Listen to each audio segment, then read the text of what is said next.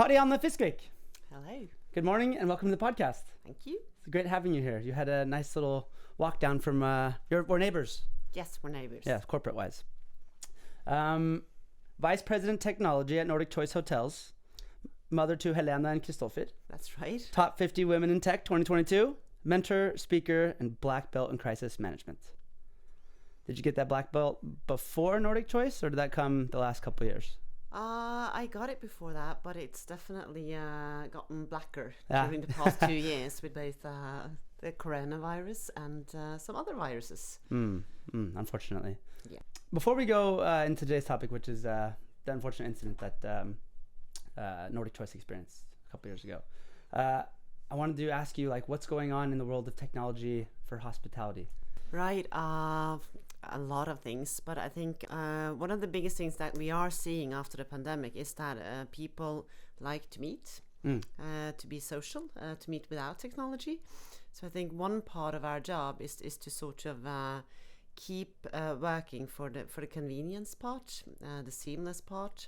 Everything, the sort of very hyped up guest journey is still relevant, but we think that the guests prefer that sort of be in the background very much. So it's a lot about just making the infrastructure work, basically. And then on the other hand, we also see that sort of people's wish for experiences are very, very much there as well. So we do work a lot with being able to connect different partners, building sort of a ecosystem for experiences with both what we have internally, what we test that is new, partners we see coming up that we want to pair up with, everything that is relevant for our guests, really. So it's nothing revolutionary on that part. We are working very much with both the guest journey and the employee journey. But what is definitely rising, and we want to be a very big part of as well, is the sustainability part of technology that hasn't been on the agenda so much yet. The energy consumption that the tech industry is sort of behind. Up until now, it's been more like, if you don't print but use technology instead, that is so much better for the environment. While the fact is that we use a lot of CO2 by all the energy that we are spending to stream, download, or just produce devices. So that is a very important topic for us as well. I mean, I've been a happy hotel customer for a long time, but I never really, when you're visiting a hotel, you don't really think about all the tech that goes on behind it. You kind of think, you show up, you get a key, but there's actually a lot of technology to support that, and booking online, and you have a lot of partners. People don't think about all that technology that actually has to go into that journey. There's a lot of technology, and definitely, and this is absolutely a topic for security as well. I mean, as everything is more connected, and 5G is entering the market, and people are using their own devices instead of our devices. Yeah. The whole sort of setup of that is definitely a lot of hard work. So I'm looking at this this graph of a previous presentation of yours, and it says the last 2 years. I'm not sure if you remember this. It says all-time high in 2019, and then Corona, and then you start. Yeah, actually, I started 1st of March 2020, so they blame me for the whole Corona incident. Must have been stressful to start a new job then, I guess. It was definitely tough. Tough. Definitely one of the hardest things I've ever been through in my career. Yeah, well, blacker belt. So Corona, and then Corona wave restrictions 2 to 4, and then November 2021, things were looking good. And then what happened on the 1st of December? Right, on the 1st of December, for my part anyway, it started when I got a phone call in the evening from one of my team members saying that it looks like we're under attack. And then the team had already been in sort of a crisis meeting a bit already before they decided that it was time to wake me up. It took me a bit to understand and grasp what was happening as well. And then we sort of spent that night basically trying to figure out how bad it was, getting hold of the resources that we needed. And you have to remember, we were, as you said, in a situation that we had sort of a crisis organization for 2 years already. So where you would normally have people dedicated to this and that, we've sort of been switching people around a lot. So it wasn't as easy to just start working as it would have been normally. So we spent those hours that night figuring out how to handle it. And then around, I think, 5 o'clock in the morning, we started alerting all the GMs, general managers at the hotel, and started sort of dividing up into teams, doing different jobs to both do forensics, recovery, find manual workarounds at the hotels. It was then evident that we had been attacked by what they said they were the Conti group. We still don't have a confirmation of that from the police, but we're fairly certain that they didn't make that up. Yeah. They very serious threat actor. Yeah. It's a very serious threat actor, or was. It's kind of hard to know where they are at the moment. Yeah. But at that point, they were, I think, one of the vast threat actors in the world. Oh, yeah. So what they had done basically is that they had entered our system a couple of days before, or 36 hours before they started locking us down. We did not see that at that moment. We didn't see it until they started encrypting our computers, and the alert started going out. And the hotels obviously spent that night not really knowing what was happening. They found the ransomware note on some of their computers, and I think out there as well, I mean, some of them probably understood what was happening. Others thought it was a prank. And this was just before the third lockdown, so it was Christmas party season. Yeah. Everyone was really, really out there, because I don't know if you remember, but the Norwegian government has sort of just said that we will never have a lockdown again and you should go to your Christmas party. So everybody did that. So the hotels were full of people out partying. That came back that evening, and then sort of they had to figure out who are they, what are their rooms. Some of them, they had to sort of walk through their rooms and unlock the doors for them, because we shut everything down from head office. And you guys had electronic keys, I guess? Yes, we do. Yeah. We have electronic keys, we have mobile keys. I think there's actually one hotel that has sort of old-fashioned keys, but that's more of a... I mean, that was very convenient that night, but that's more of a sort of, a concept thing than what we actually run our business on. Yeah.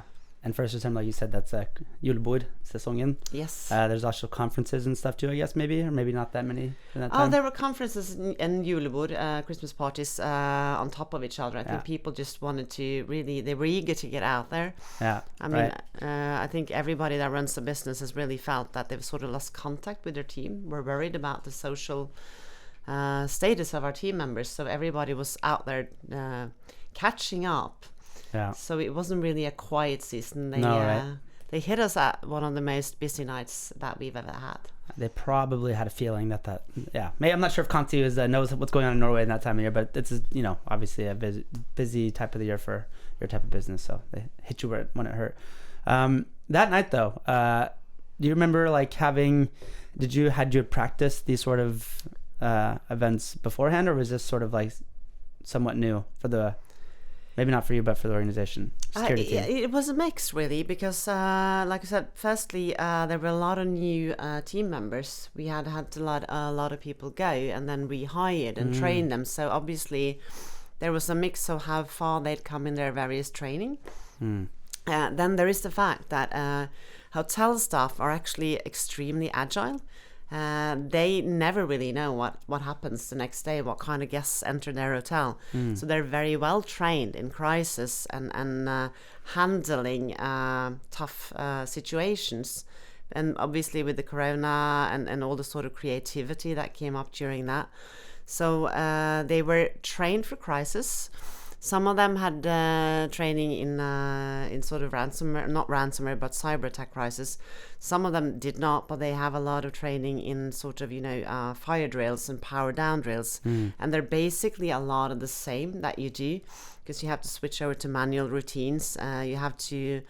We do have sort of prints of all our guest lists at all time. So we have the same routines for various sorts of incidents that will leave you shut out of your IT systems, basically.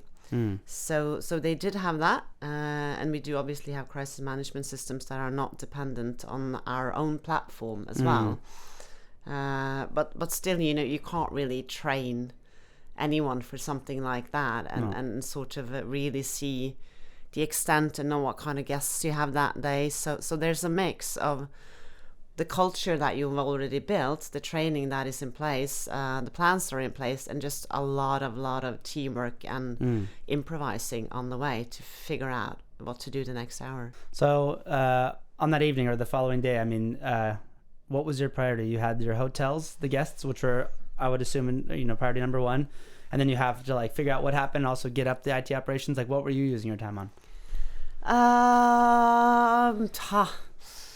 All of it, basically. Luckily, we have a very good IT team, though it was smaller than it was before Corona. So we tried to put people in charge of each sort of. We divided into teams and put very competent people in charge of each team. So I think my time was probably mostly spent on just arranging those teams and coordinating the dialogue between the tech teams and the business. Obviously aligning with top management on how to do it, and maybe just safeguarding the tech team so they could actually work. Exactly, it was very important, and we got that, and this is one of my strongest memories from that morning, and to be fair, it is a very blurry morning. I hadn't slept. And you knew it was sort of another crisis, and you do feel bad as head of tech. You do feel like this is my fault. I should have prevented this. But Torgeir, our CEO, was very, very clear that morning, stating that we really haven't deserved this, but we will beat this together as a team. We will rise again. And that sort of sentence set the scenery for all the work, because then we could protect the tech team, so they could really deep dive into those who did forensics, those who tried to figure out, is it really Conti? Is it an inside job? Where did it start? Looking into every server, every database, every sort of SaaS vendor, everything that you got, and figuring out, have they reached it? How bad is it? Someone obviously we shut down the network, is first thing. And then some people worked on the hardware side, some people worked on the database side, and the last thing that I actually spent a lot of time on that maybe I hadn't anticipated after a while was press, basically. I think I was very focused on the forensics and the tech part of it, very focused on keeping the hotels going and helping operations navigate, informing the hotels about how to do what. I didn't think about how interesting this case would be for the press at the moment. So that was one of my actually top learnings, is that a communication plan for the press would have been good to have in advance of the event. And I mean, communication with the press, communication with your employees. Yes, but I think we sort of communication with the employees, it definitely could have been better. But obviously some parts of it was also difficult because we didn't know in the beginning what to say either, because we didn't know what had happened and how we were going to deal with it. So there was a lag all the time. But we did sort of make plans for that. Like I said, hotels mostly. Headquarters could have been better. But the press, we didn't really have a plan for. So that took us a while to get that up and running. So, I mean, when that happens, the positive thing, or not the positive, but the easy, one thing that made it a little easier is that you had a ransom note from Conti, right? So then it immediately says ransomware. And then you go through this ransomware playbook. How quick what was the conversation like when somebody's like, okay, should we consider paying? And then, or how was that, how did that play out? It was never really a discussion. I mean, we went into the meeting that I just referred to with top management, and they were all in Oslo actually that day, because we were supposed to have our first party in 2 years that afternoon. So we were preparing for our celebrating that we were back, and so everyone was in the office. Petter was there, Torgeir was there, everyone from Sweden was there. And when we went into that meeting and we briefed them, Eirik, who is my leader, and me briefed them about what was going on and how we suggested that we deal with it. We just said that we're not going to pay them. It's not an option. Cool. So that was off the table immediately then? It was off the table immediately, and it was off the table due to that we knew very well that we had to clean the systems anyway. We couldn't sort of just assume that they would leave if we paid. And later I've learned through all the marvelous security people that I've worked with and spoken to later also that the fact is that if you pay them, they are most likely also coming back because they know that they've got you. Okay. Yeah, they know that you're willing to pay. So it's basically like the mafia does. If they've got you, then they've got you. I didn't know that at the moment. I just knew that we couldn't trust them. There was no way we could give them any money and trust them to sort of give us back our systems, give us back our data and leave us in peace. It wouldn't happen.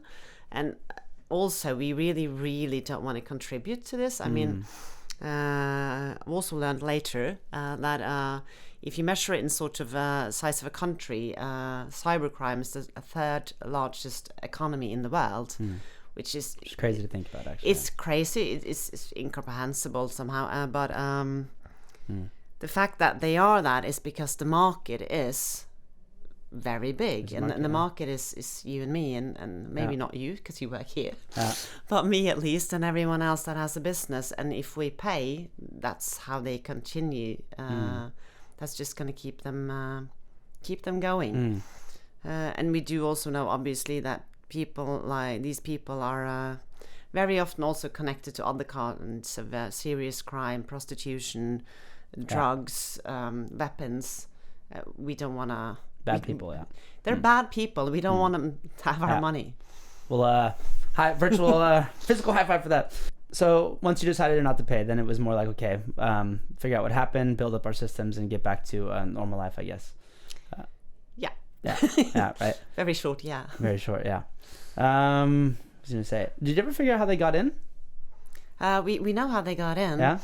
They attacked a third party, a partner that we had, a travel agent in Europe that had lesser security, so they took over their mail system. They went into existing threads with our employees about bookings that they had been made. So it was a lot of our employees actually got that mail from them saying that there was a problem with the booking. And again, I would say hotel people are actually quite good at realizing when they are being scammed, because it happens a lot. Yeah. There's a lot of fake IDs, there's a lot of fake bookings, and a lot of bad customers. Well, mostly great customers, but amongst them there are obviously also some not so good, some black sheeps. And but the thing is, when you have, like, we had 15,000 employees, we have over 200 nationalities, 70 languages. It's impossible to train them all to be security experts and recognize all kinds of phishing attacks. And this wasn't from like some weird mail, someone saying that click this link and you will get all this money or something. It was someone they knew, they communicated with often.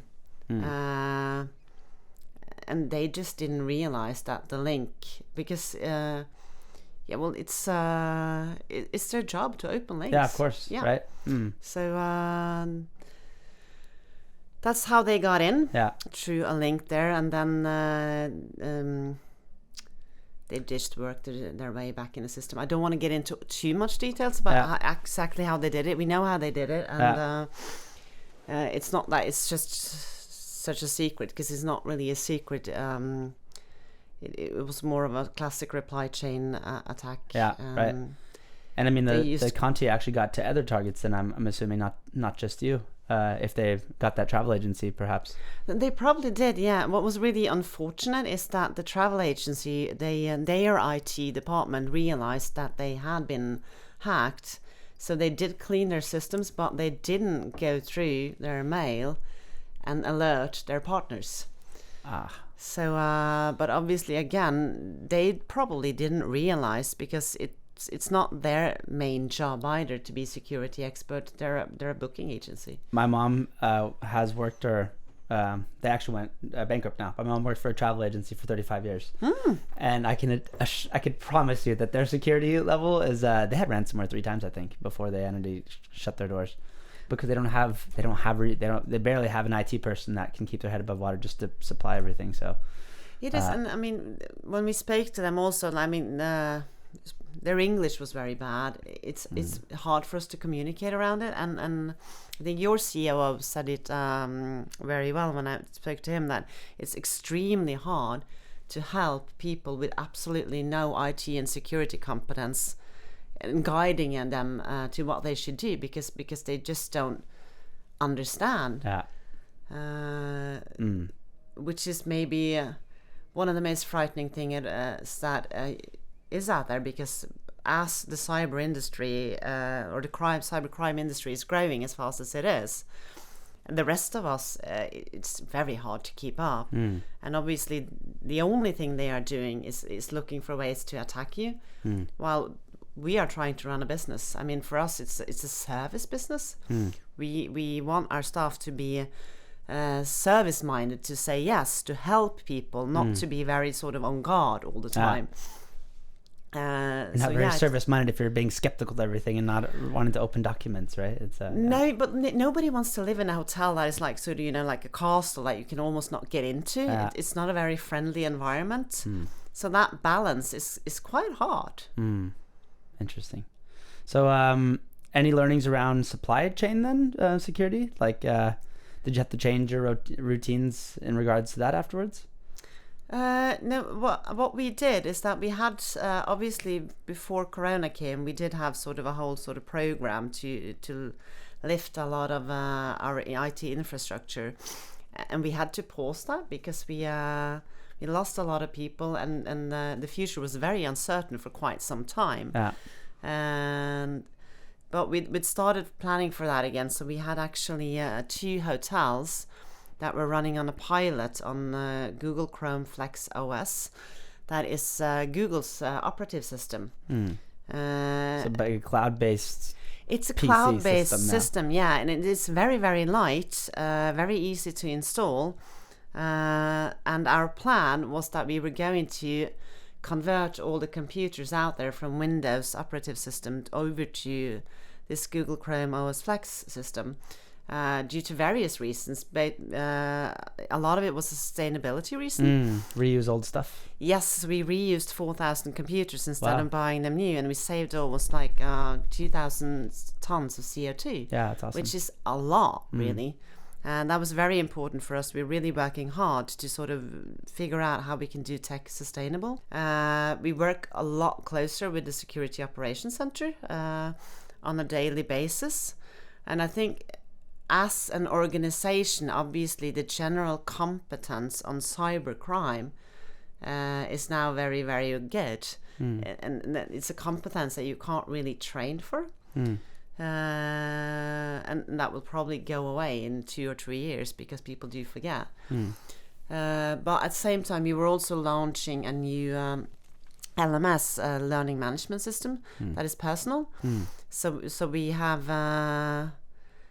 on advice actually from our SOC team, then started doing very, very small security trainings instead of big ones, so that you have like your weekly 2-minute security training or 30-second security this week, because what they found is that sticks better, whilst the big training sessions that one used to have either in classroom or articles or mails that you send out, people don't read them or they forget them very easily, and especially when you have a lot of new people coming in all the time. So we've changed our training program moving forward. But we will have to continue to work on security culture. And I was at an Acona DN panel last week with Statkraft and Sofrasteria, and and how they had organized security in Statkraft by putting it out in the organization instead of in one center. I thought that was really, really interesting,